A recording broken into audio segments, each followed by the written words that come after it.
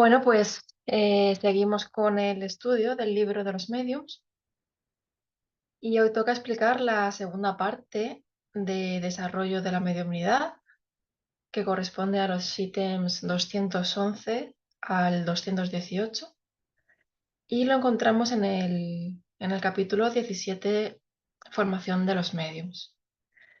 En la primera parte, en la clase que nuestro compañero Joaquín dio la semana pasada, estuvo explicando el desarrollo de la mediumnidad, la primera parte, como he dicho antes, eh, especialmente en los mediums escribientes. Vimos que la única manera de comprobar que existe esta facultad es llevarlo a la práctica. Vimos también la manera de evocar a un espíritu. Y recordamos también que esta facultad depende de una predisposición orgánica.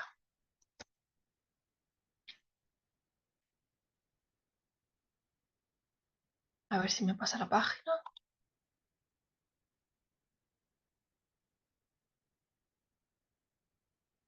Vale. Entonces, el escollo al que se enfrenta la mayoría de los mediums principiantes consiste en relacionarse con los espíritus inferiores y deben considerarse dichosos cuando solo se trata de espíritus frívolos. Es preciso que toda su atención se concentre en impedir que esos espíritus se arraiguen, pues en caso de que eso suceda, no va a ser siempre fácil poder desembarazarse de ellos. Este punto es tan capital, sobre todo al principio, que sin las precauciones necesarias puede perderse el fruto de las más bellas facultades. Lo primero que debe hacer el medium es ponerse con una fe sincera bajo la protección de Dios y reclamar la asistencia de su ángel de la guarda.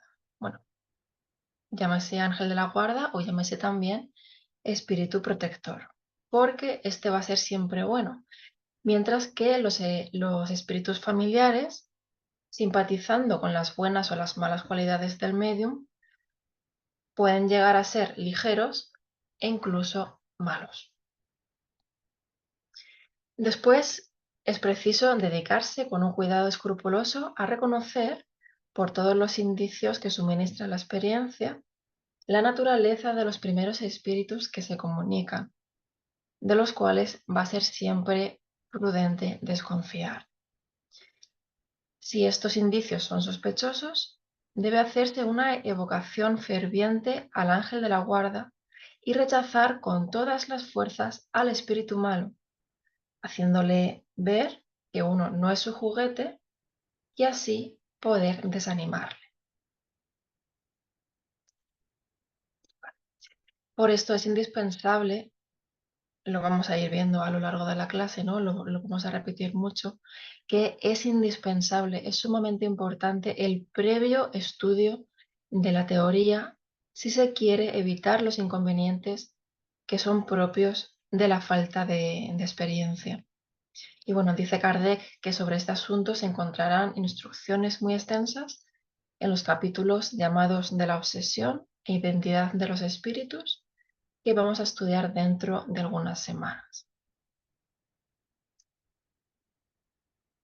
Bien, además del lenguaje, se pueden tener como pruebas infalibles de la inferioridad de los espíritus los signos, las figuras, los emblemas inútiles o pueriles, la escritura extravagante, irregular, deformada intencionalmente, de dimensiones exageradas o que adopte formas ridículas e inusuales. La escritura puede ser muy mala e incluso poco legible, lo que depende más bien del medium que del propio espíritu, sin que esto tenga nada de extraño. Hemos visto mediums, dice Kardec, de tal modo engañados que medían la superioridad de los espíritus por la dimensión de los caracteres, dando gran importancia a las letras de molde como caracteres de imprenta. Puerilidad evidentemente incompatible con una auténtica superioridad. Entiendo superioridad moral, ¿no? Como las que tienen los espíritus superiores. Así como es importante que el medium no caiga sin proponérselo bajo la dependencia de los espíritus malos, más importante todavía es que no se sometan a ellos voluntariamente.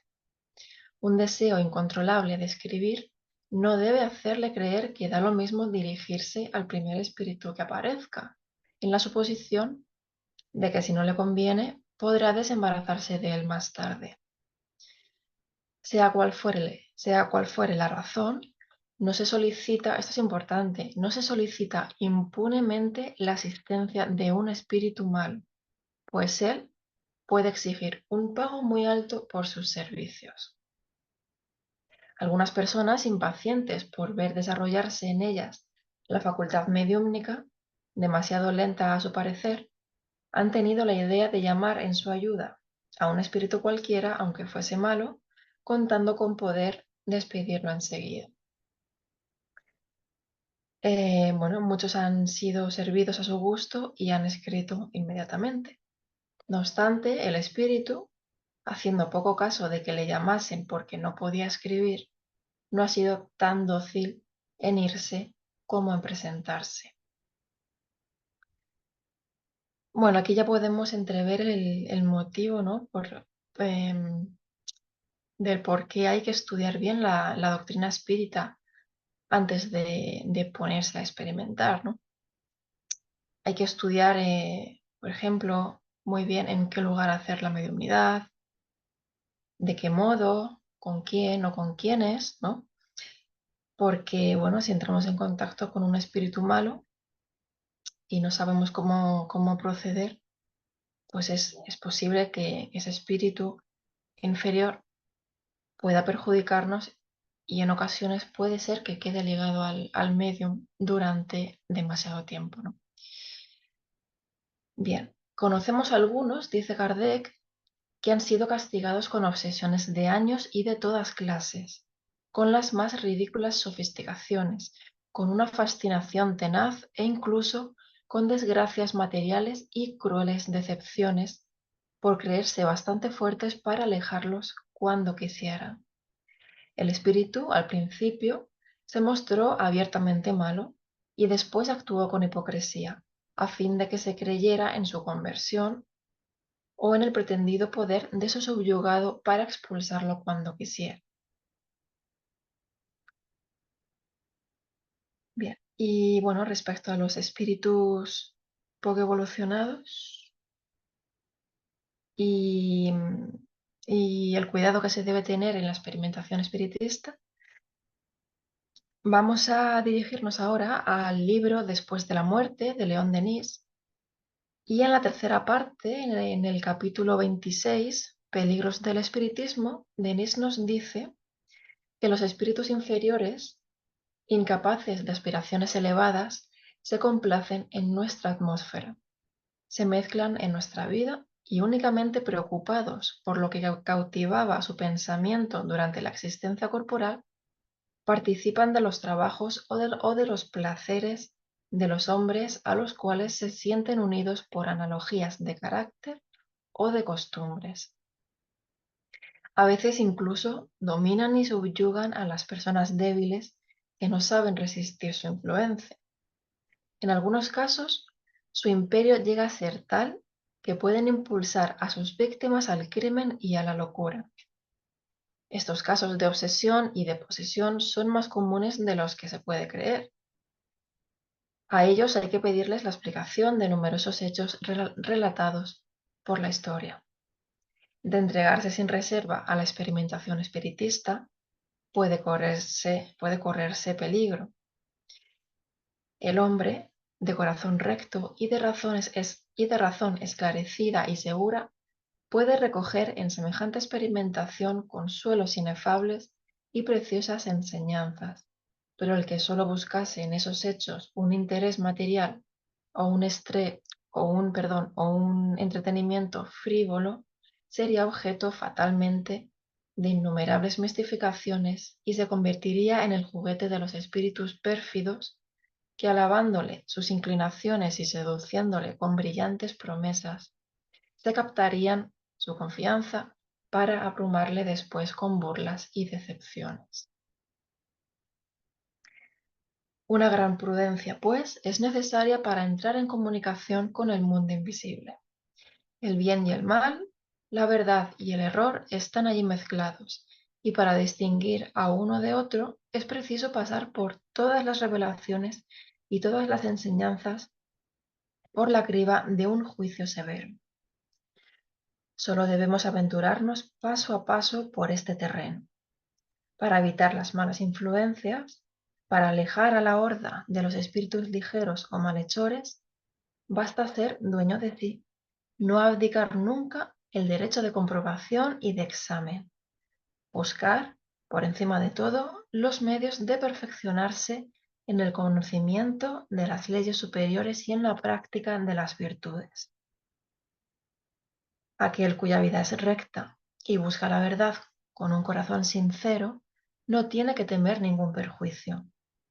Los espíritus de luz leen en él, ven sus intenciones y los acompañan. Los espíritus trapaceros y mentirosos se alejan del justo como una tropa de asaltantes ante una ciudadela bien definida. Los obsesores atacan con preferencia a los hombres ligeros que descuidan las cuestiones morales para buscar en todo su placer o su interés. Bien, y volviendo al libro de los mediums, pasamos al ítem 213, donde Kardec nos dice que la escritura es a veces muy legible. Las palabras y las letras se destacan perfectamente, pero en el caso de ciertos mediums es difícil que otra persona no sea, es difícil que otra persona que no sea el propio medium pueda descifrarla, salvo que haya adquirido el hábito de hacerlo.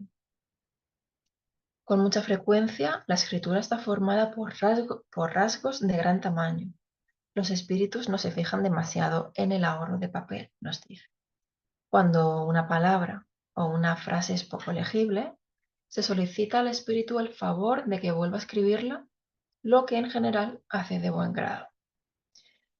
Cuando la escritura es ilegible de manera habitual, incluso para el propio medium, este casi siempre logra que sea más clara por medio de ejercicios frecuentes y prolongados en los que pone toda su voluntad y además ruega con fervor al espíritu para que sea más prolijo.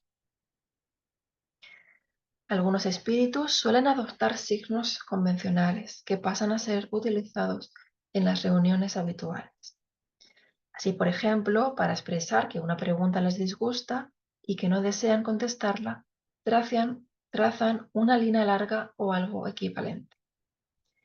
Cuando el espíritu da por finalizado lo que tenía para decir o no quiere responder más preguntas, la mano queda inmóvil y el medium, sea cual fuere su poder y su voluntad, no consigue escribir ni una sola palabra.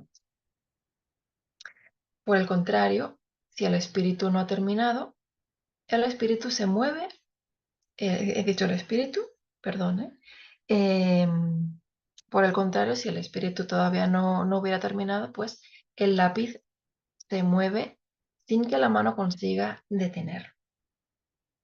Cuando el espíritu desea manifestar algo espontáneamente, la mano toma el lápiz de manera convulsiva y comienza a escribir sin que el medium pueda oponerse. Por otra parte, el medium casi siempre experimenta en sí mismo algo que le indica si se trata solo de una interrupción momentánea o si el espíritu ha concluido. Es raro que el medium no sienta que el espíritu se haya marchado. Bien, pues estas son las explicaciones esenciales que teníamos para ofrecer con respecto al desarrollo de la psicografía. Nos dice Kardec, la experiencia revelará durante la práctica ciertos detalles que por carecer de utilidad no deben ser mencionados aquí y respecto de los cuales los principios generales servirán de guía. Nos sigue diciendo, bueno, que si muchas personas experimentaran, pues que habría más mediums de lo que en general se puede llegar a pensar. Todo lo que acabamos de expresar se aplica a la escritura mecánica. Esta es la facultad que con razón todos los mediums procuran obtener. No obstante, la mecanización pura es rarísima, pues con mucha frecuencia se une a ella en mayor o menor grado la intuición. Cuando tiene conciencia de lo que escribe, el medium se ve naturalmente inducido a dudar de su facultad. No sabe si el mensaje proviene de sí mismo o de otro espíritu. Bueno, no tiene por qué preocuparse por ello en absoluto y deberá continuar pese a todo. Si se observara a sí mismo con detenimiento, fácilmente descubriría en todo lo que escribe una infinidad de cosas que no estaban en su pensamiento y que incluso son contrarias a sus propias ideas, lo cual es una prueba evidente de que tales cosas no provienen de él. ¿Qué recomienda Kardec en este caso? Bueno, pues que continúe y así la duda se irá disipando con la experiencia.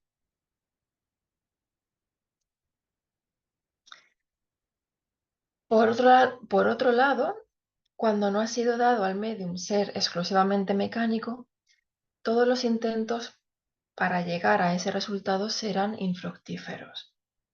Sin embargo, cometería un error si por esa causa se considerase desheredado. Si solo está dotado de mediunidad intuitiva, debe conformarse con la que tiene, pues ella no dejará de prestarle importantes servicios en caso de que sepa aprovecharla y no la rechace. Si después de intentos improductivos realizados en forma reiterada durante algún tiempo no se produce ningún indicio de movimiento involuntario o si esos movimientos son demasiado débiles para dar buenos resultados, el medium no debe vacilar en escribir el primer pensamiento que se le sugiera, sin preocuparse por saber si ese pensamiento procede de sí mismo o de una fuente extraña. Bueno, como hemos dicho antes, porque la experiencia le enseñará a establecer la diferencia. Por otra parte, muy a menudo sucede que el movimiento mecánico se desarrolla más tarde. Hemos dicho que hay casos en los que es indiferente saber si el pensamiento proviene del medium o de otro espíritu.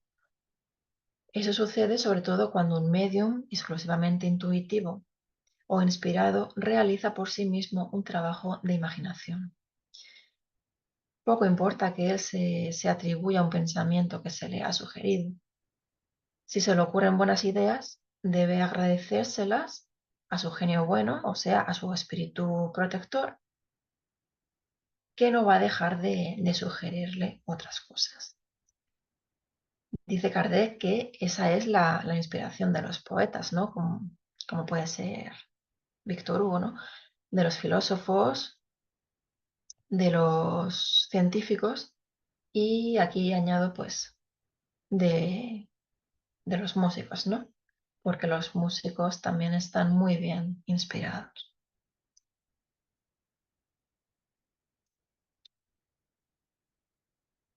Supongamos ahora que la facultad mediúmnica esté completamente desarrollada y que el medium escriba fluidamente, que sea en suma lo que se denomina un medium formado. Sería un grave error de su parte creer que puede prescindir de nuevas instrucciones, pues apenas habrá vencido una resistencia material. En ese momento comienzan para él las verdaderas dificultades y va a precisar más que nunca los consejos de la prudencia y de la experiencia. En el caso de que no quiera caer en las 1000 celadas que se le tenderán. Si pretende volar demasiado pronto con sus propias alas, no tardará en ser víctima de espíritus embusteros que tratarán de explotar su presunción. Una vez que se ha desarrollado la facultad, es esencial que el medium no abuse de ella. Esto también es importante. La satisfacción que la mediumnidad proporciona a algunos principiantes provoca en ellos un entusiasmo que necesita ser moderado. Debe tener presente que esa facultad se le ha dado para el bien y no para satisfacer una vana curiosidad. Por eso es conveniente que la empleen tan solo en las ocasiones oportunas y no a cada momento.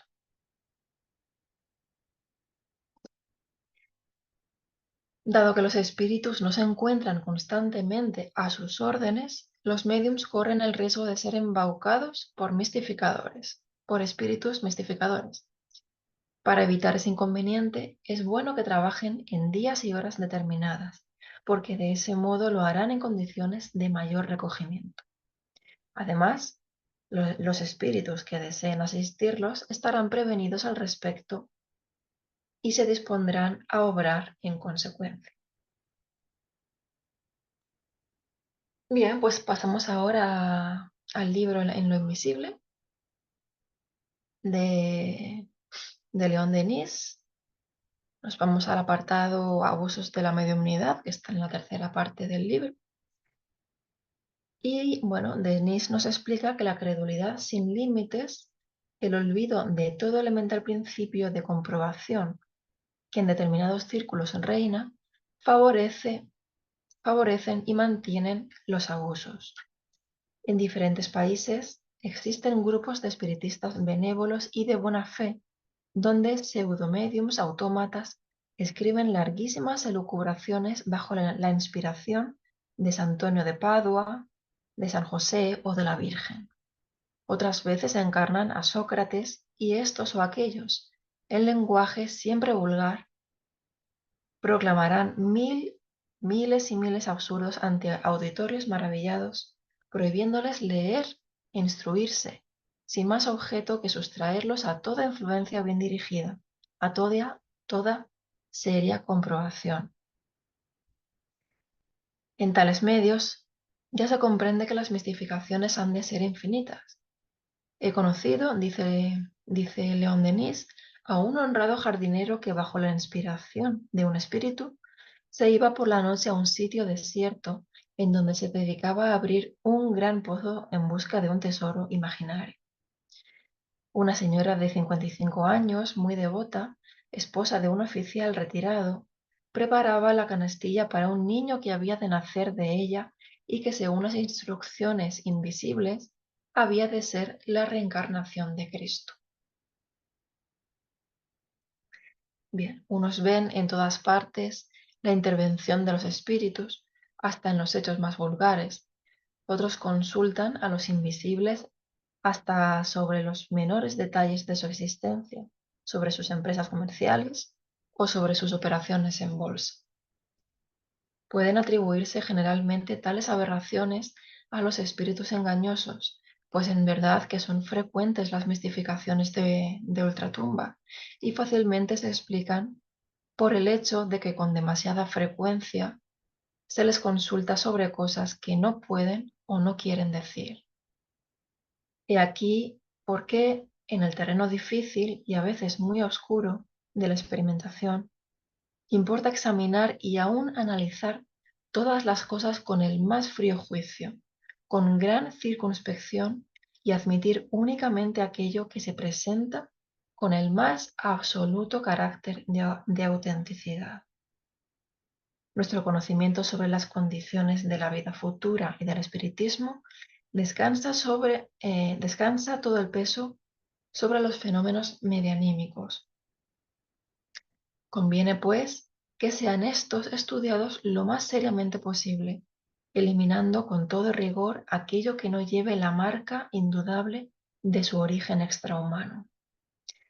De ningún modo, bajo el pretexto del progreso, hemos de reemplazar a la credulidad sistemática por una ciega confianza, por una credulidad ridícula, sino deslindar con todo cuidado lo que es ficticio de lo que es real. Además, el ejercicio de la mediumnidad ha de ser en todo tiempo y ocasión un acto grave y religioso, despojado de todo carácter mercantil y de todo aquello que lo pueda rebajar o desmerecer. Bien, y ahora pasamos a otro libro, que es el libro ¿Qué es el espiritismo? De Allan Kardec. Y en los apartados medios de comunicación y cualidades de los espíritus, se nos dice, si la mediumnidad se tradujese por una señal exterior cualquiera, implicaría esto la permanencia de la facultad, mientras que ésta es esencialmente móvil y fugitiva. Su causa física está en la asimilación más o menos fácil de los fluidos periespirituales del encarnado y del espíritu desencarnado. Su causa moral es la voluntad del espíritu en comunicarse cuando le place y no a nuestro antojo, de donde resulta, em, un segundito, vale, bueno, primero que todos los espíritus no pueden comunicarse indiferentemente y segundo que todo medium puede perder o tener suspendida la facultad cuando menos lo espera. Estas palabras bastan para demostrar a usted que este punto es vasto campo de estudio para poderse dar cuenta de las variaciones que presenta el fenómeno. Bueno, en este texto lo podemos sacar de este libro, ¿no? Que es el espiritismo, donde Kardec tiene una conversación con un visitante. Bien, y sigue diciendo, sería pues erróneo el creer que todo espíritu puede venir al llamamiento que se le hace y comunicarse con el primer medium que se le presente. Para que un espíritu se comunique, es preciso, ante todo, que le convenga hacerlo. En segundo lugar, que su posición o sus ocupaciones se lo permitan. Y tercero, que se encuentre en el medium un instrumento propicio, apropiado a su naturaleza.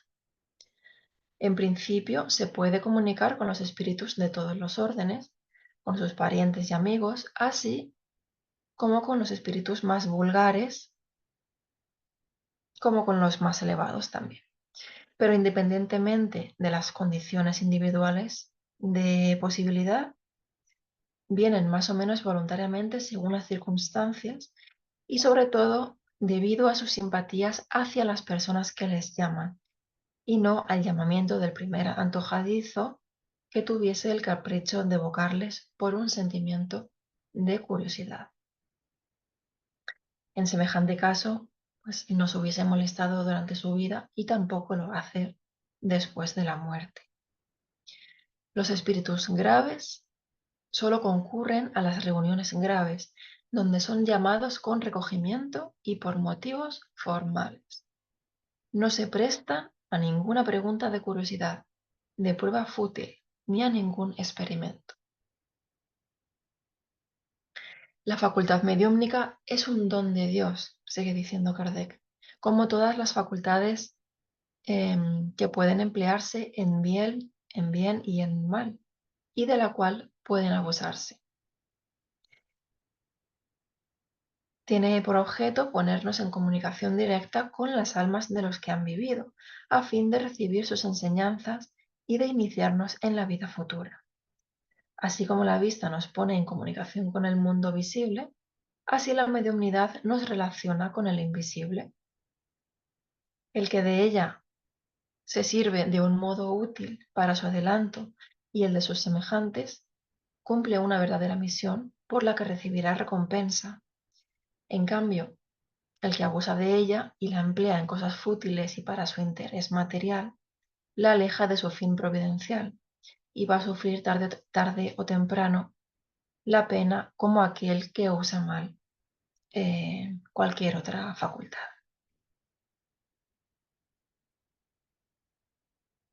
Bueno, y vamos a pasar otra vez al libro de lo invisible. Esta vez nos vamos a ir al apartado de práctica y peligros de la mediumnidad. Denis nos sigue diciendo, en las profundidades invisibles se extiende la inmensa jerarquía de las almas, desde las más oscuras a las más radiantes, y depende de nosotros atraer las unas y alejar las otras. El único medio consiste en crear en nosotros, con nuestro pensamiento y nuestros actos, un foco radiante de pureza y de luz. Toda comunión es obra del pensamiento, y el pensamiento es la esencia misma de la vida espiritual. Es una fuerza que vibra con una intensidad creciente a medida que el alma sube desde el ser inferior al espíritu puro y desde el espíritu puro a Dios. Las vibraciones del pensamiento se propagan a través del espacio y nos traen pensamientos y vibraciones similares. Si llegamos un día a comprender la naturaleza y la extensión de esta fuerza, no tendremos más que muy elevados y nobles pensamientos. Pero el hombre se desconoce a sí mismo, como ignora los recursos inmensos de este pensamiento creador y fecundo que duerme en él, y con ayuda del cual podría renovar el mundo. En nuestra inconsciencia y en nuestra debilidad, con frecuencia no atraemos hacia nosotros más que seres malos, cuyas sugestiones nos conturban. Así es como llega a alterarse la comunicación espiritual y se obscurece por culpa de nuestra inferioridad. Fluidos envenenados se extiende por el haz de la tierra y la lucha tremenda entre el bien y el mal se desarrolla en el mundo invisible, lo mismo que en el mundo material. La atracción entre los pensamientos y las almas es toda la ley de las manifestaciones psíquicas. Todo es afinidad y analogía en el mundo de lo invisible.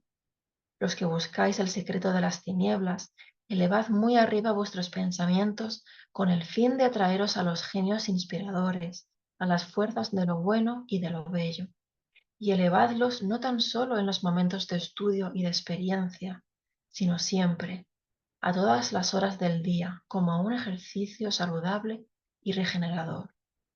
No olvidéis que estos son los pensamientos que lentamente afinan y depuran nuestro ser, engrandecen nuestras facultades, nos hacen aptos para sentir las más delicadas sensaciones, fuente de nuestra felicidad en el porvenir. El hombre, pues, ha de sufrir una muy completa preparación y ha de observar ciertas reglas de conducta para desarrollar en él el don precioso de la mediunidad. Para esto es preciso la cultura simultánea de la inteligencia, del alma y del cuerpo. Son necesarias la ciencia, la meditación, el recogimiento y el desprendimiento de las cosas humanas. La alta mediunidad trae consigo grandes deberes y grandes responsabilidades. Mucho será pedido a aquellos a quienes mucho se ha dado. Los médiums son de estos. Su parte de certidumbre es mucho mayor que la de los otros hombres, puesto que por anticipado viven ya en el dominio de lo invisible, con el cual les unen lazos cada vez más estrechos.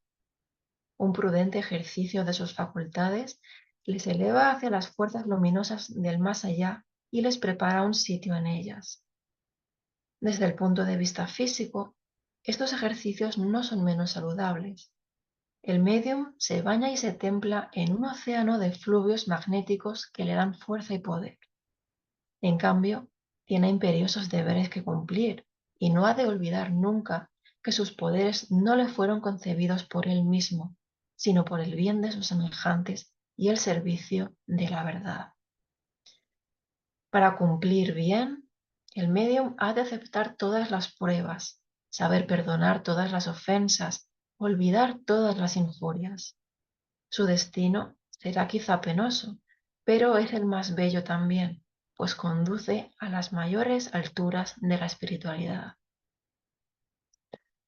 En el largo camino de la historia, las vidas de los grandes médiums y profetas le da altísimo ejemplo de abnegación y de sacrificio. Bien, pues qué importante interesante y qué manera tan bonita de expresarse que tiene León Denis, ¿verdad?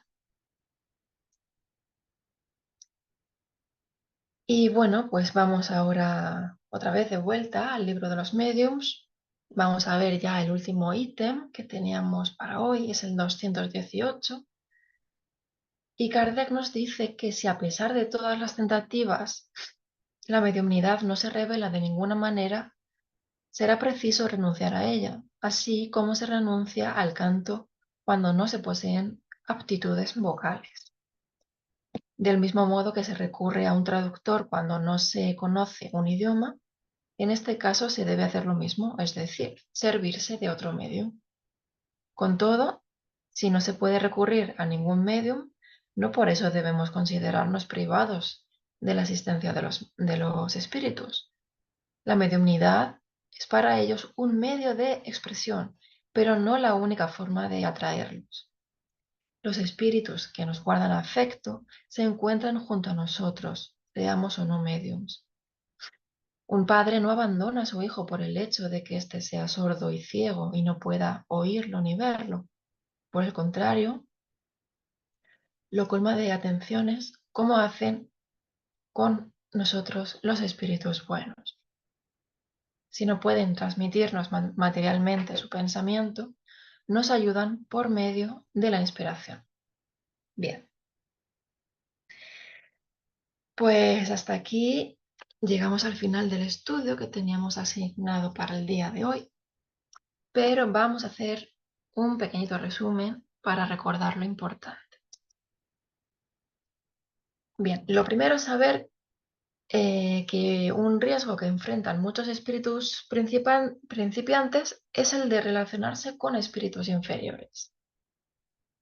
Que la evocación se debe hacer en nombre de Dios y se debe solicitar la asistencia del ángel de la guarda o espíritu protector del propio medium. Todo esto con calma, con recogimiento, sin distracciones a nuestro alrededor y con la voluntad de obtener un buen resultado.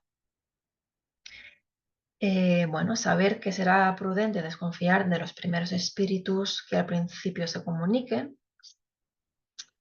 Eh, es muy importante también saber que se debe de tener un estudio previo de la teoría para no llevarnos, bueno, para no llevarnos sustos, ¿no?